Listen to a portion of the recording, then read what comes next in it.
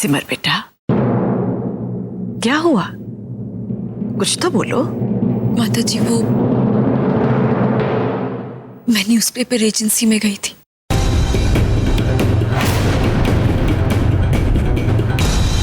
रोली के गुमशुदा होने का इश्तिहार दे।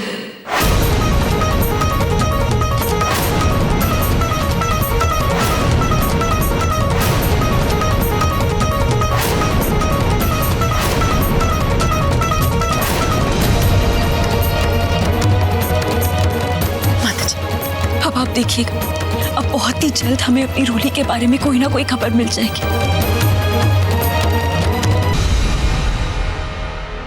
सिमर, ये तुमने क्या कर दिया?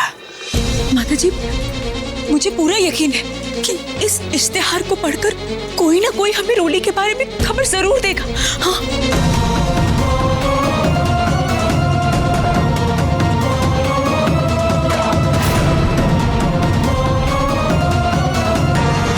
रोली सिर्फ तुम्हारी बहन नहीं थी सिमर, हमारी बहू भी थी।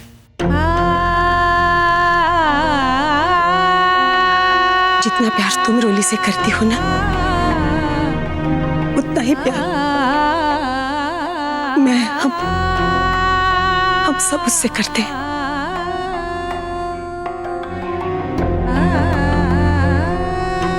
हमें भी रोली की बहुत याद आती है, लेकिन भलाई इसी में है कि तुम सच्चाई को स्वीकार कर लो।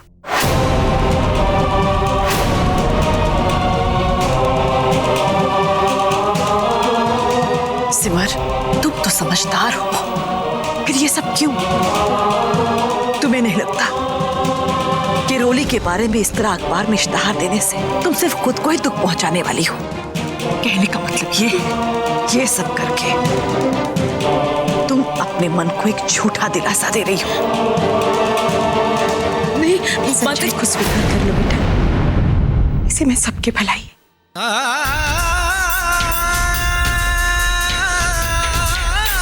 ये इश्तिहार मत आने दो बेटा। नहीं, ये सिमर, ये इश्तिहार से तुम्हें और हम सब लोगों को दुख के अलावा और कुछ नहीं मिलेगा। बेटा, इसे छपने से रोक दो। नहीं चाचा, ऐसा मत कहिए।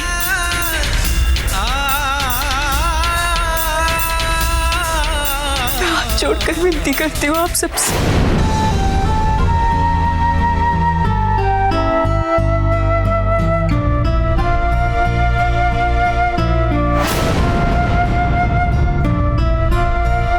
इस इश्तिहार को छपने दीजिए।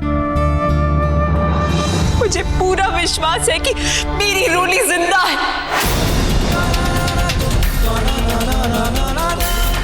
और बहुत ही जल्द वापस आएगी।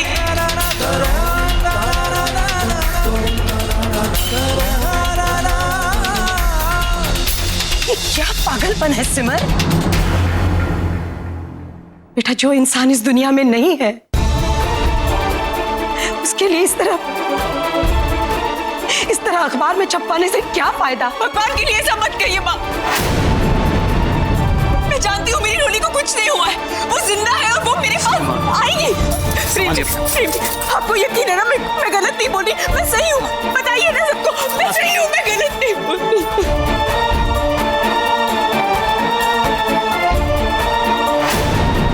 ये क्या कर रहे हो प्रेम? सिमर को झूठी आशा मत दो झूठी आशा। रोली, प्लीज, अगर सिमर को लगता है कि पेपर में ऐड देने से रोली वापस आ सकती है तो कर लेने दीजिए अपने मन की बात।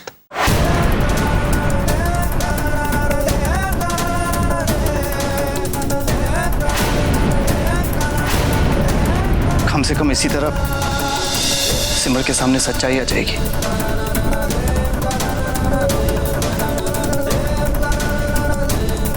नहीं प्रेम बेटा, ऐसा करके हम सिमर के इस झूठी आस को सिर्फ बढ़ावा देंगे और फिर सिमर कभी भी इस सच्चाई का सामना नहीं कर पाएगी। आप मानिए ना मेरी बात को, हमें इस ऐड को आने से रोकना होगा। अब कीजिए ना कुछ। मैं अभी एडिटर से बात करता हूँ। पापा, रहने दीजिए, ये ऐड कल दिल्ली के सभी अखबारों में आ जाएगा।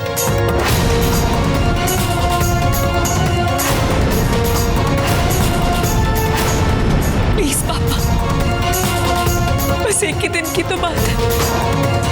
आप लोग समझते क्यों नहीं? एक बेटी खो चुकी हूं मैं,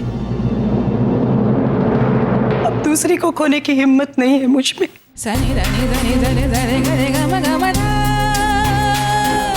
सिमर की भलाई इसी में है कि वो सच्चाई को स्वीकार ले।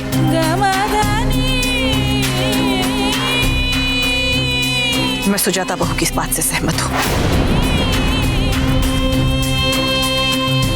राजेंद्र बेटा, इस इश्तिहार को रुकवा दो। जी माता जी। माता जी, मैं अभी बात करता हूँ।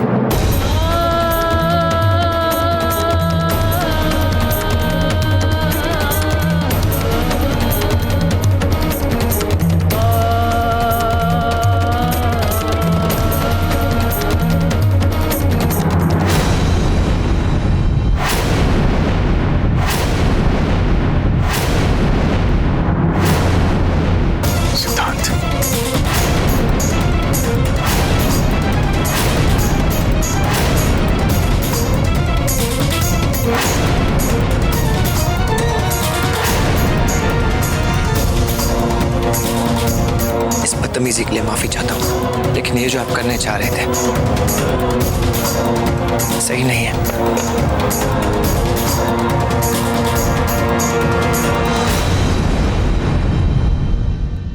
पापा प्लीज सिमर को मत रोकिए।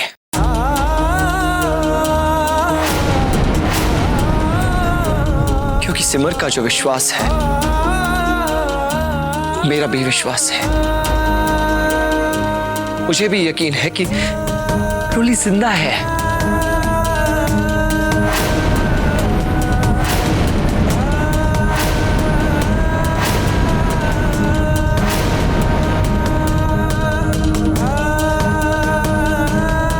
सब लोगों के समझाने के बावजूद बेटा तुम सच्चाई को मानने के लिए तैयार क्यों नहीं हो? कैसे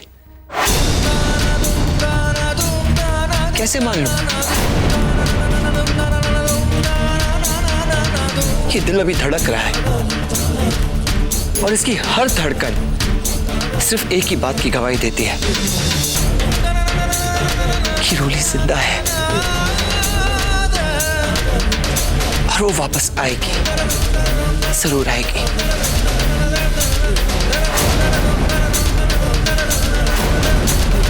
सिद्धांत बेटा, तुम्हारे दिल पर क्या गुजर रही है सबको पता है, लेकिन इस तरह सच से मुंह मोड़कर जिंदगी नहीं जी सकते। इसलिए दिल पर पत्थर रखो और सच का सामना करो बेटा। चाचा सिद्धांत बेटा, जाने वाले की आत्मा की शांति के लिए प्रार्थना की जाती है। ऐसा न हो ये इश्तिहार देकर हम रोली की आत्मा को चोट पहुंचा दे। सिमर, समझने वाली बात है, हम सब ने भी बड़ी मुश्किल से सच्चाई को अपनाया है कि अब रोली हमारे बीच नहीं रही। देखो बेटा, तुम भी इस हकीकत को स्वीकार लो। जितना तुम रोली का नाम लोगी, उसके बारे में सोचोगी, उसकी आत्मा को इतनी ही तकलीफ होगी। अरे उससे क्या, हम सबको भी दुख होगा।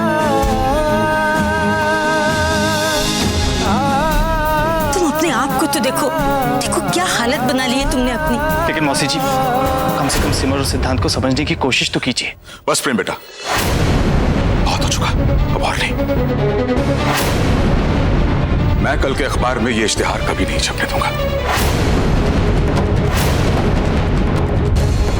मैं खुद इस अखबार के दफ्तर जाकर इस इश्तिहार को छपने से रोकता हूं। पापा, सिद्धांत, ये बात मैं नहीं मानूंगा।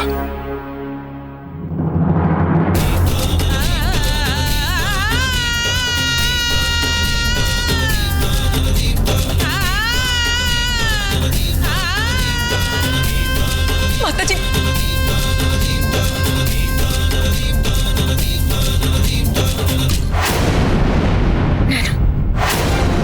अपने गुस्से को जरा काबू में रख और तेरा ये थोपड़ा जरा सही कर। रोली के लिए नफरत और चिढ़ साफ साफ दिखाई दे रहा है। अब जो भी करना है ना, जल्द करना होगा। नहीं, सिमर की बात अगर सच हो गई तो हमारे सारे किए कराए पे पानी फिर जाएगा। लेकिन रोली मर चुकी है, वो जिंदा कैसे हो सकती है? अरे यार, ये तो मेरे को भी पता है,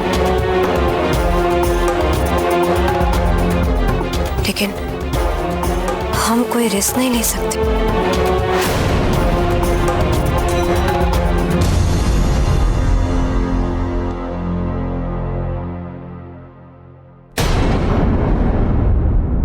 साला, बहुत गुस्सा है ना तेरे अंदर।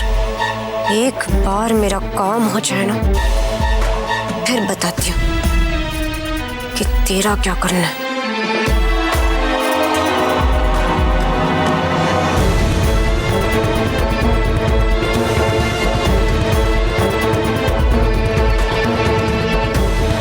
रोली भारद्वाज, तो जहां भी है ना, वहीं रह और आराम से देख।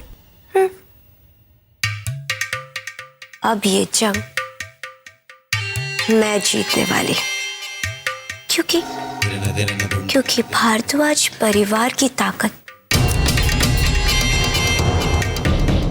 मतलब उनकी ये दोनों बहुएं उनकी कमजोरी बन गई है। तो रोली उनके आंसुओं की शक्ल में, और ये बेचारे सिमर उनकी परेशानी बनकर।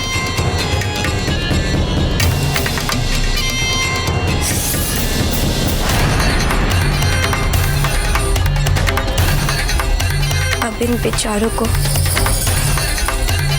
मेरे से कौन बचा सकता है?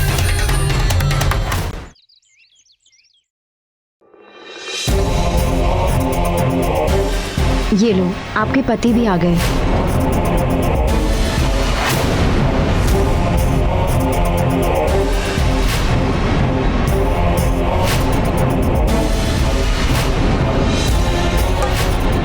उस दिन डिनर पार्टी के बाद तुम्हारे हस्बैंड से मिली ही नहीं।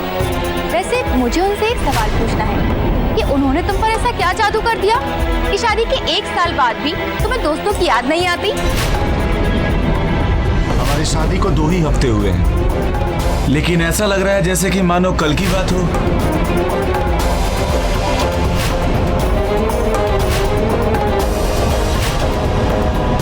मैं इतनी जल्दी हार नहीं मान सकती। मुझे किसी भी हाल में पुलिस स्टेशन पहुंचना होगा।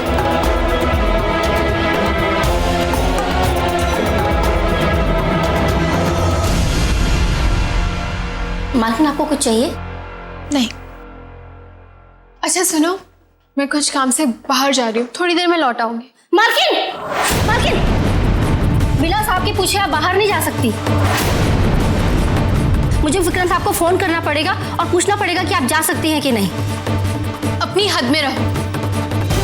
तुम इस घर की नौकरानी हो, मुझे घर से बाहर जाने से तुम नहीं रोक सकती। और मुझे कहाँ जाना है कहाँ नहीं, इसके लिए किसी से इजाजत लेने की जरूरत नहीं है मुझे।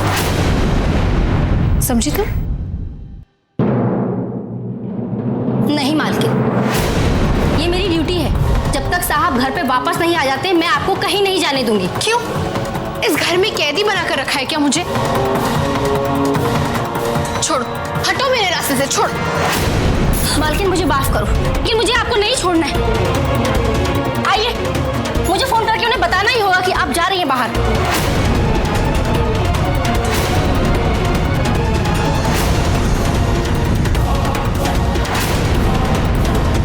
छोड़ो मुझे, रुको।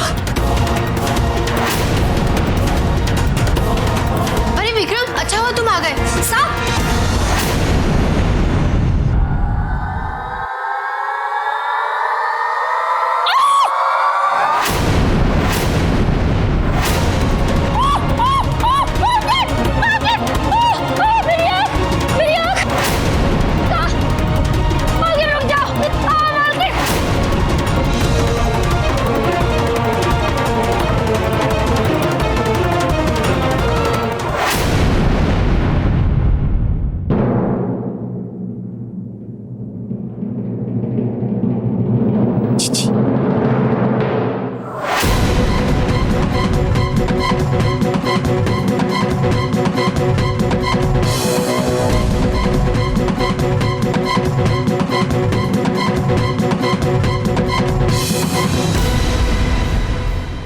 क्या हुआ?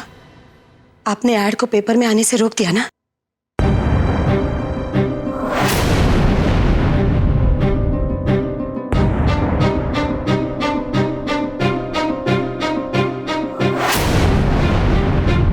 राजेंद्र बेटा, चुप क्यों हो?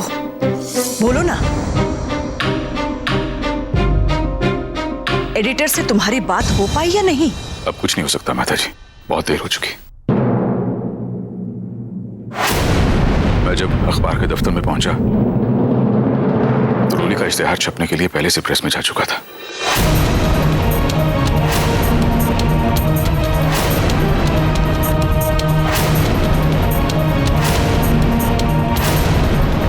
अब कल के अखबारों में रोली की तस्वीर के साथ साथ उसकी गुमशुदगी की खबर भी आएगी।